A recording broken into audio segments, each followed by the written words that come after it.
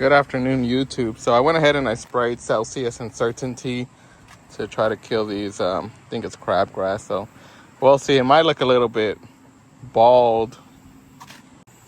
Yeah, it might look a little bald or rough for the first couple of weeks, but hopefully as I keep mowing, the Bermuda will keep spreading. So we'll see. It definitely looks better, but it's getting there.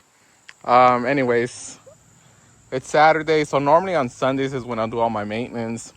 But we have a few things going on tomorrow, so I won't have time to do that. So I'm going to do all my maintenance today. Pretty much clean the decks, sharpen my blades, swap out the blades, fuel up, refill my backpack sprayer, make sure everything's filled up for tomorrow or for Monday. Go to the car wash, clean the truck out, vacuum everything, make sure we're good on beverages for the week and whatnot. And then either tonight or tomorrow, I'll sit down and kind of do my schedule for the week. Next week is like our busy week, I guess you can say. So we should have close to 40 yards next week. So nothing too crazy, nothing that we can't handle, but we are expecting more rain. It's just been a crazy season. You know, this is my second year, my first season or my first year going full time. We were in a drought for like 3 months or something like that. I want to say it was 3 months, maybe even 3.5 months. We had no rain whatsoever. And because I do mainly bi-weekly services, I remember I was having to skip a lot of my yards because they were just drying up because we had no rain whatsoever. And I mean, you can see all of our yards right now because this week we had a bunch of rain, but like everything is still like, even that one, everything's green. So I don't know if that's normal for a season, but you know, I can't really compare to other seasons because last year I remember losing a lot of money because we kept skipping. And this year, you know, everything's just growing like crazy. Yeah, so like even here, like you can see just crabgrass everywhere. So anyways, let's get to it.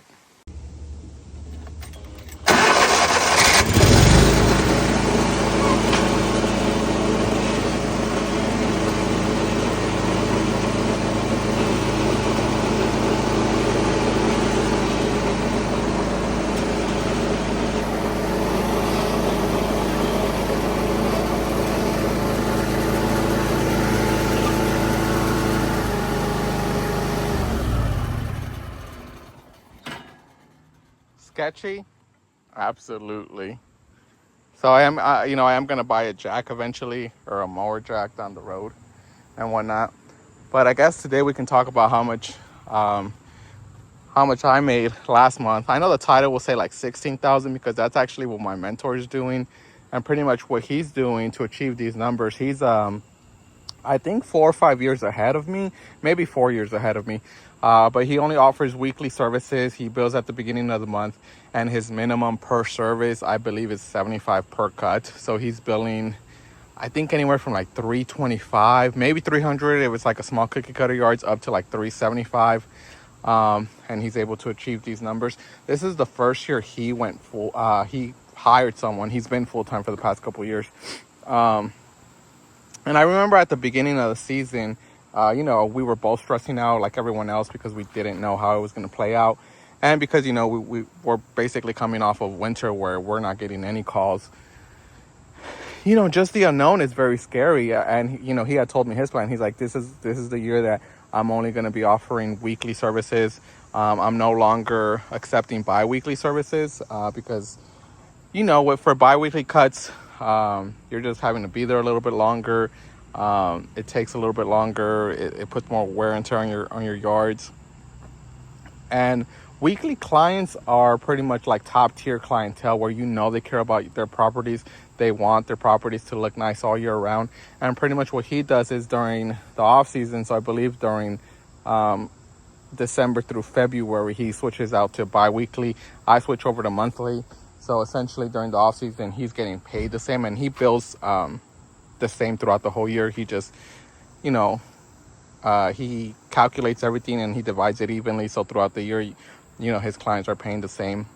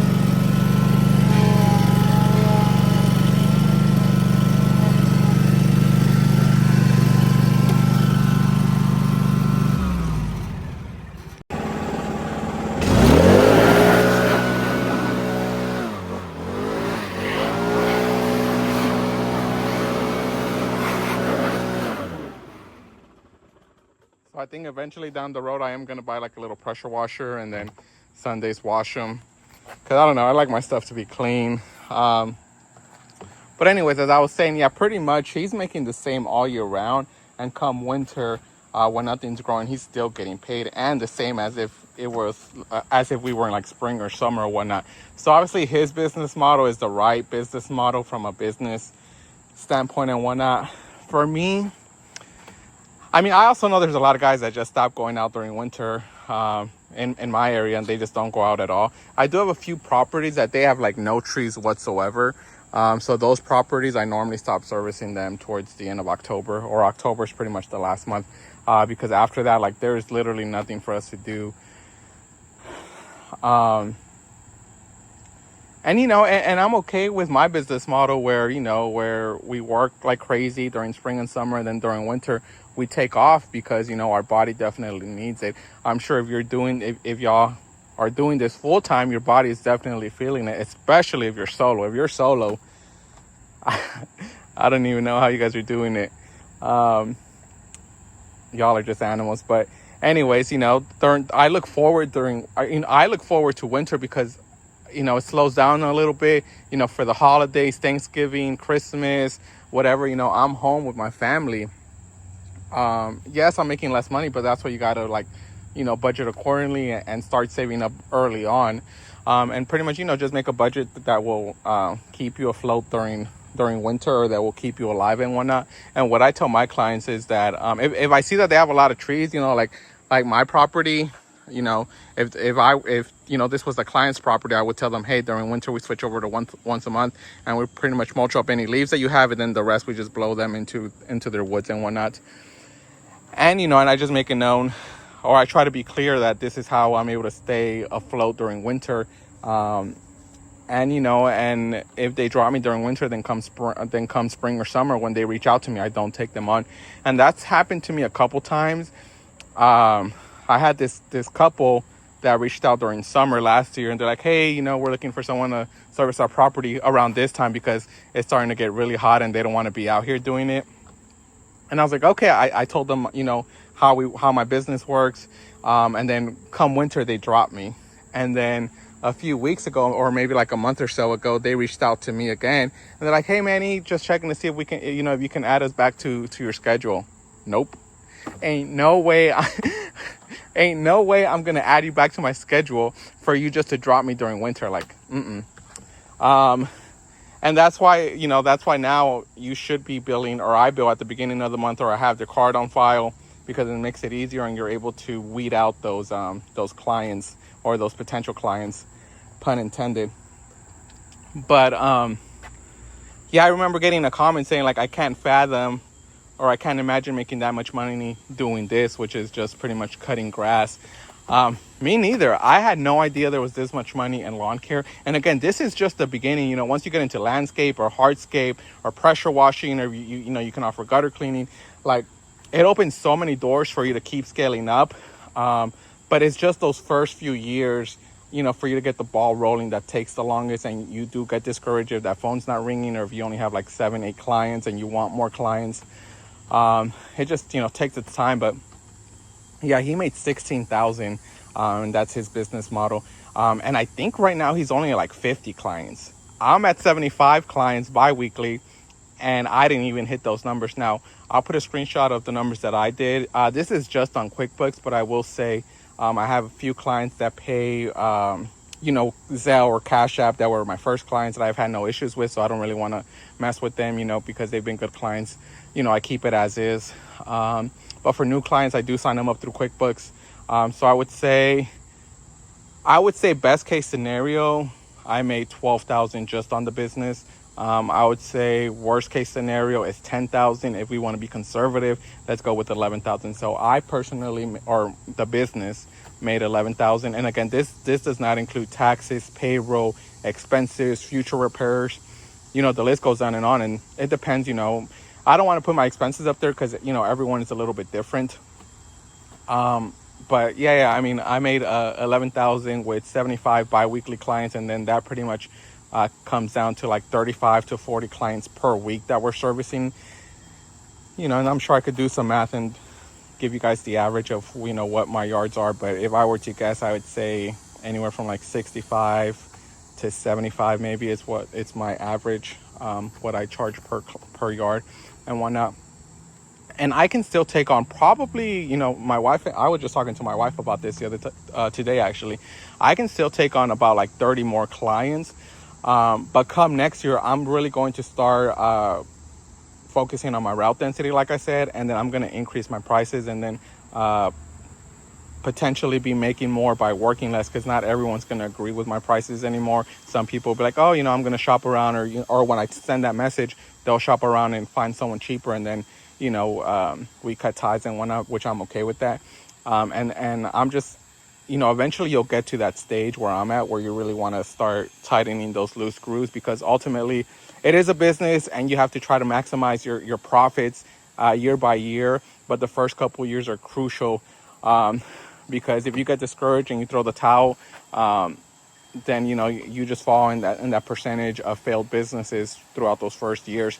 And, you know, this is going to be the first year that I'm actually making money, because the past 3 years, the first 2 years I lost money. Last year I pretty much broke even, where the business made 70,000 and my expenses were like 69,000 or something. It was like crazy numbers, I know, on my expenses, but I was just really trying to buy good equipment that's going to last me for a really long time, so that now, like this year, pretty much I would say maybe like 60% should be profit.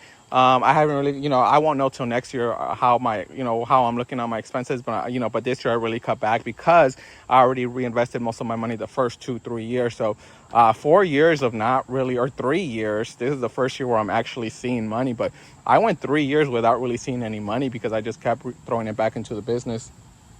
And that's why for me, and I'm sure for a lot of people, you have to juggle your full-time job and this. And is it hard? Yeah, it's hard, because, you know, I was still working 50-60 hours at my full-time job, and then working like 22 to 20 22, like 20 to 22 hours on my 2 days off. And for a good, like a few months, like 6 to 8 months, like I had no days off. I was constantly doing one or the other. But it's just that vision. I knew I would get here. And now, you know, I'm making way more than I've ever had in my career working for someone else. And I'm not even where I want to be, you know. This is just the beginning. You know, next year I'm really going to tighten up those loose screws. Right now, new clients, you know, I'm holding them accountable to higher standards, so that next year, if they stick with me, you know, once I find good, reliable clients, the chances of them sticking with me for years are way higher than these clients that only want to use you during summer because their yard guys stopped showing up because they didn't price accordingly. And they're like, I'm not going to be out here in this heat when it's 40 degrees and whatnot. But, yeah, crazy. You can definitely make a good living, you know, doing this. But like always, like, subscribe. I appreciate y'all.